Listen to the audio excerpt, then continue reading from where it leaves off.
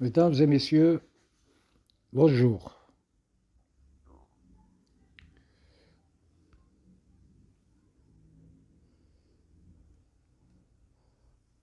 Comme suite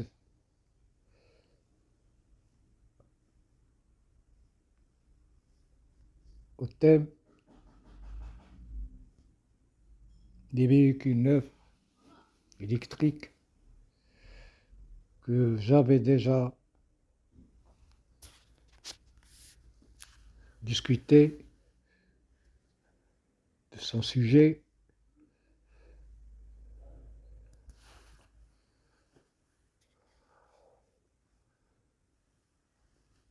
la baisse de la part de la main-d'œuvre dans le coût de fabrication n'a pas suffi à compenser l'augmentation des coûts des matériaux, de la recherche et développement et des infrastructures nécessaires à la production de véhicules modernes, en particulier les électriques.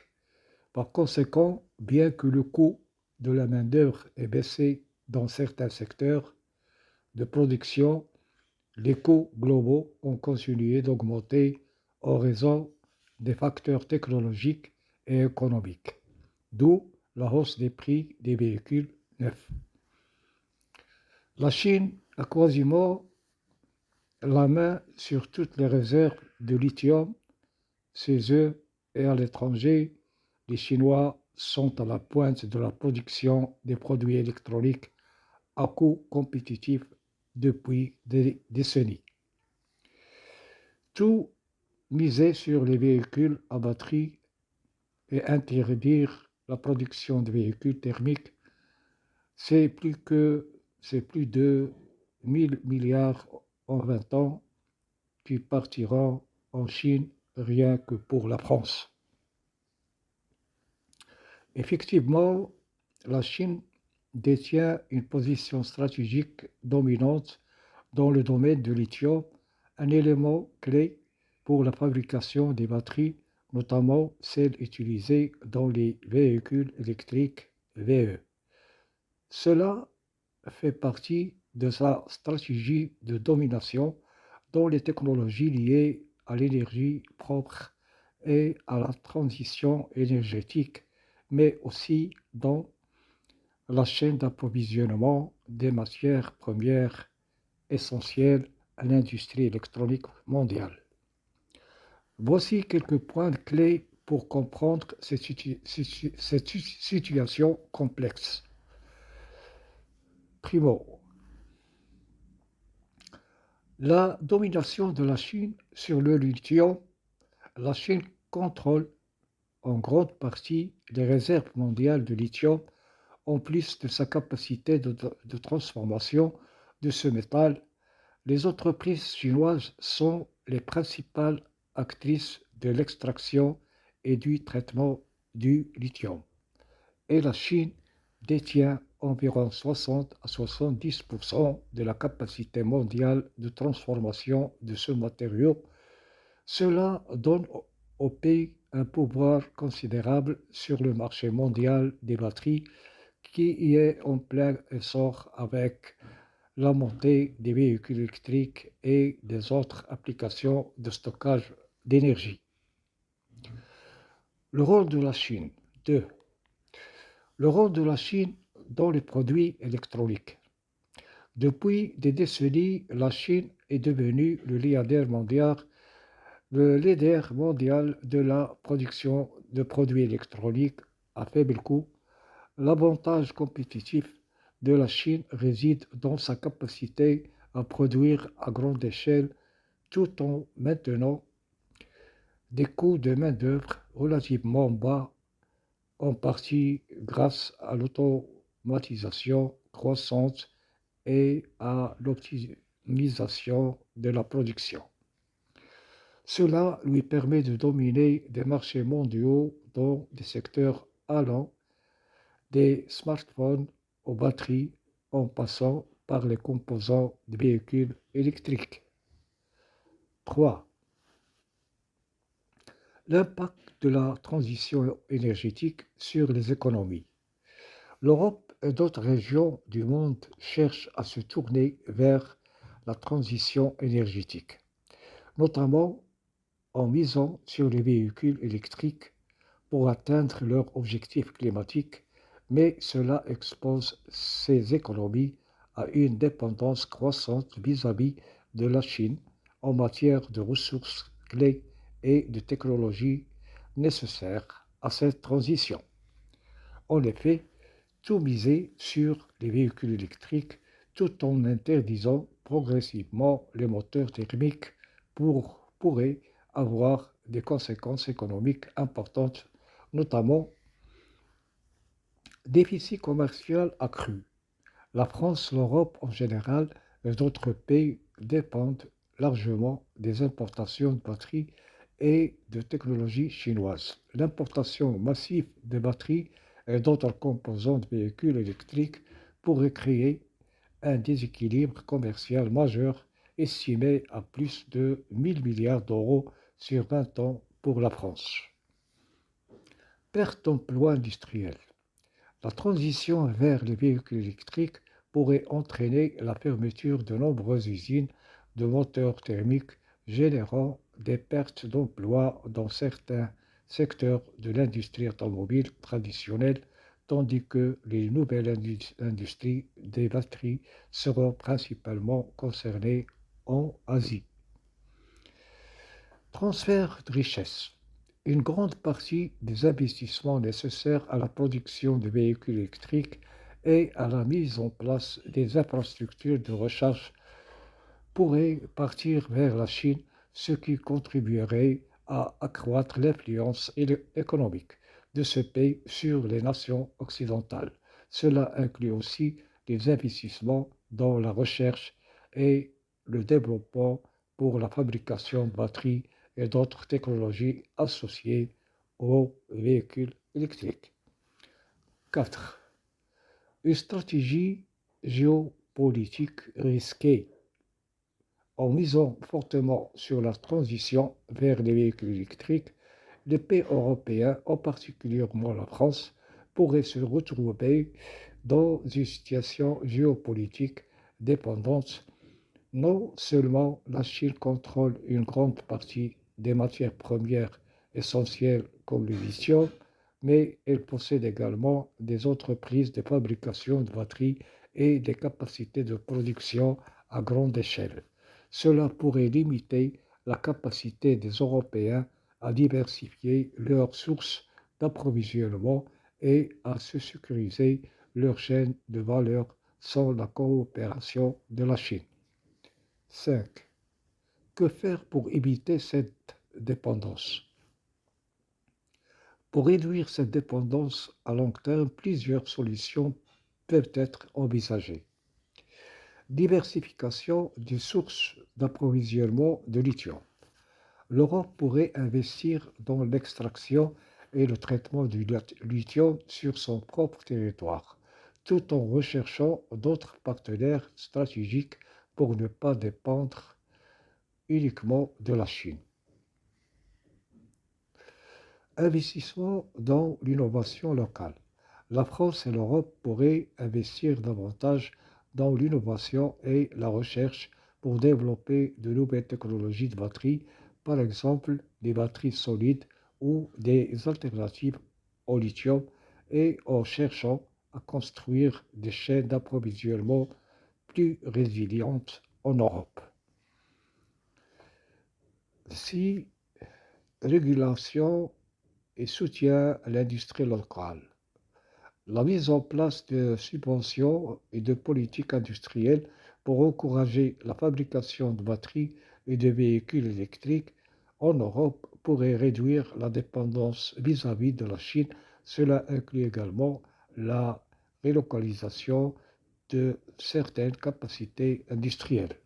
Conclusion, la transition vers les véhicules électriques est une opportunité majeure pour l'avenir énergétique, mais elle comporte des défis géopolitiques et économiques considérables si les pays européens ne prennent pas des mesures stratégiques pour sécuriser leur chaîne d'approvisionnement et diversifier et diversifier leurs sources, la Chine pourrait continuer à dominer ce marché clé et à renforcer son, son pouvoir économique et technologique à l'échelle mondiale.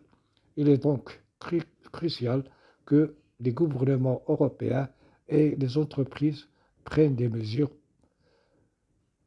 proactives pour minimiser cette dépendance et renforcer leur souveraineté technologique.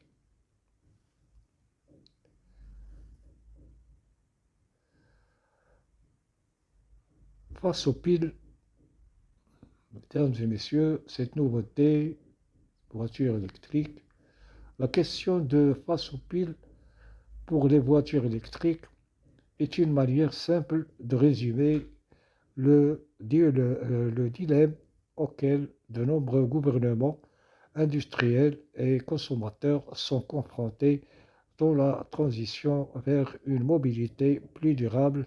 Cela soulève plusieurs enjeux clés, chacun avec ses avantages et ses défis.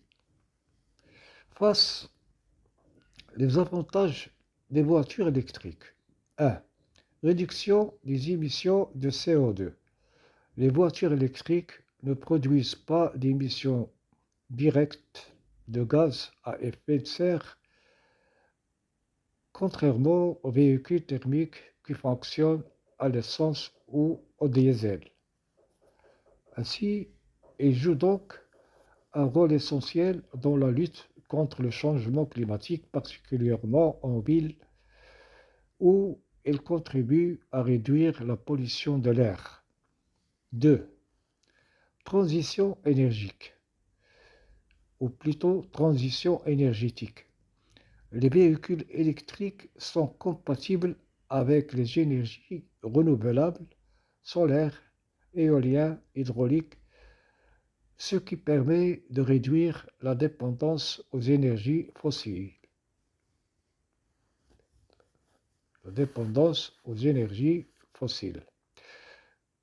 Il participe à la transition énergétique mondiale en facilitant l'intégration des énergies renouvelables dans les systèmes de transport. 3. Innovation technologique. L'industrie automobile investit massivement dans la recherche et développement pour améliorer l'efficacité des batteries, augmenter leur autonomie et réduire les coûts de production, rendant ainsi les véhicules électriques plus accessibles. 4. Réduction de la dépendance aux énergies fossiles. Les voitures électriques permettent de réduire la dépendance au pétrole, ce qui est stratégique pour la sécurité énergétique des pays. Piles. Les défis et limites des voitures électriques. 1. Problème d'infrastructure. Le réseau de bornes de recharge est encore insuffisant dans de nombreuses régions, ce qui complique les déplacements longs et peut décourager le consommateur de passer à l'électrique. Il existe aussi une disparité entre les régions en termes de couverture de l'infrastructure, ce qui entraîne des inégalités d'accès à la recharge. 2. Coût des véhicules. Bien que les coûts des voitures électriques aient diminué au fil des années, ils restent souvent plus chers que leur équivalent thermique, en particulier en raison du coût des batteries. Ainsi, les incitations fiscales ou subventions publiques sont parfois nécessaires pour encourager l'achat de véhicules électriques. 3. Problème de batterie. Les batteries lithium-ion, bien que plus performantes, posent des défis en termes de recyclage, de production, notamment la dépendance aux matériaux comme le lithium et le cobalt et d'impact environnement liés à leur fabrication. Leur durabilité et leur autonomie restent un point de friction pour certains consommateurs, bien que des progrès aient été réalisés. 4. Dépendance à la Chine. Comme mentionné plus tôt, la Chine détient une grande partie du marché des matières premières nécessaires pour fabriquer des batteries et a un contrôle dominant sur la chaîne de valeur de batterie. Cela pourrait poser un risque stratégique pour les économies européennes et nord-américaines qui deviennent de plus en plus dépendantes de la Chine dans ce secteur. 5. Réduction de l'empreinte carbone globale. Bien que les voitures électriques soient moins polluantes à l'usage, leur production, notamment des batteries, peut avoir un impact environnemental important, en particulier en ce qui concerne l'extraction des matières premières et les émissions associées à la fabrication de batteries. Conclusion, la transition vers les véhicules électriques présente de nombreuses opportunités, mais aussi des défis importants. Le face de cette question souligne les bénéfices environnementaux et technologiques, tandis que le PIL pointe les problèmes d'infrastructure, de coûts et de dépendance géopolitique. Le futur des voitures électriques dépendra de la capacité à surmonter ces défis, notamment en matière de recherche sur les batteries, d'amélioration des infrastructures et de diversification des sources d'approvisionnement. Dans ce contexte, la transition vers une mobilité durable doit être accompagnée de mesures stratégiques et de collaboration internationale pour que le FAS l'emporte sur le PIL.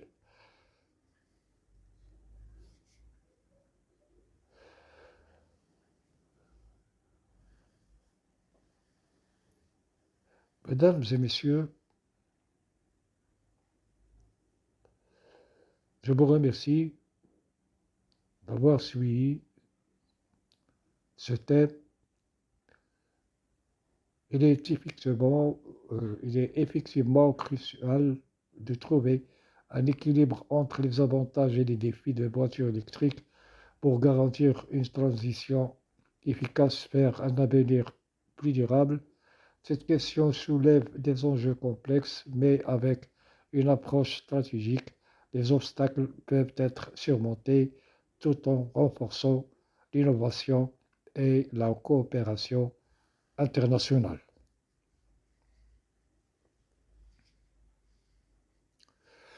Si vous avez d'autres réflexions ou des points que vous souhaitez approfondir, n'hésitez pas à partager.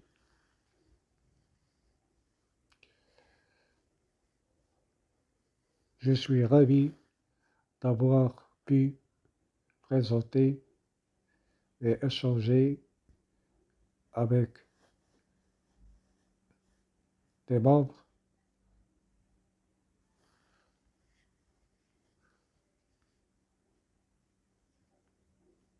l'idée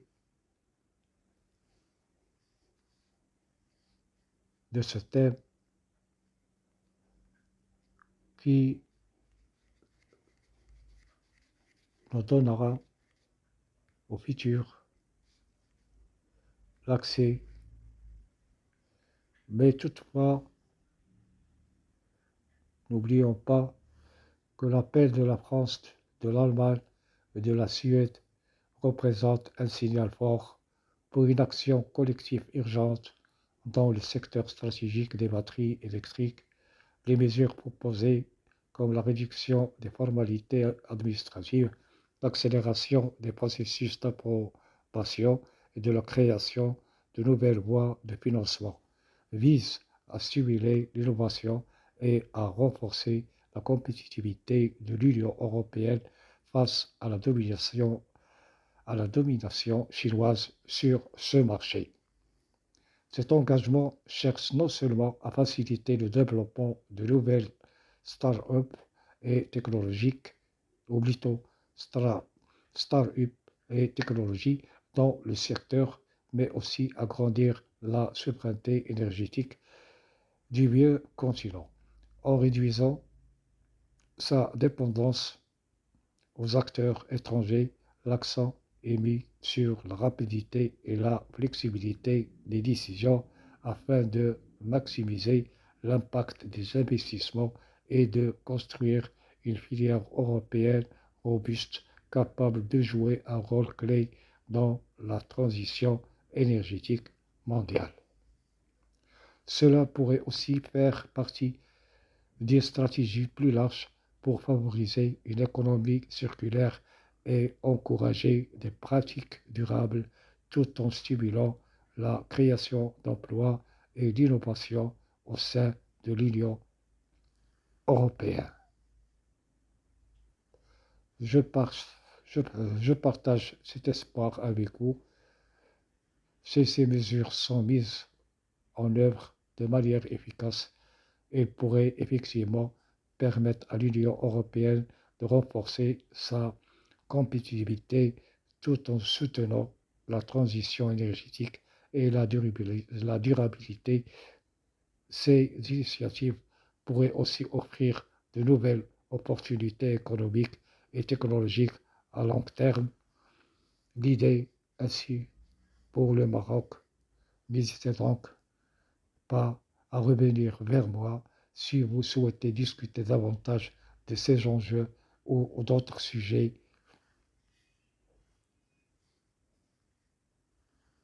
Bonne continuation et à bientôt.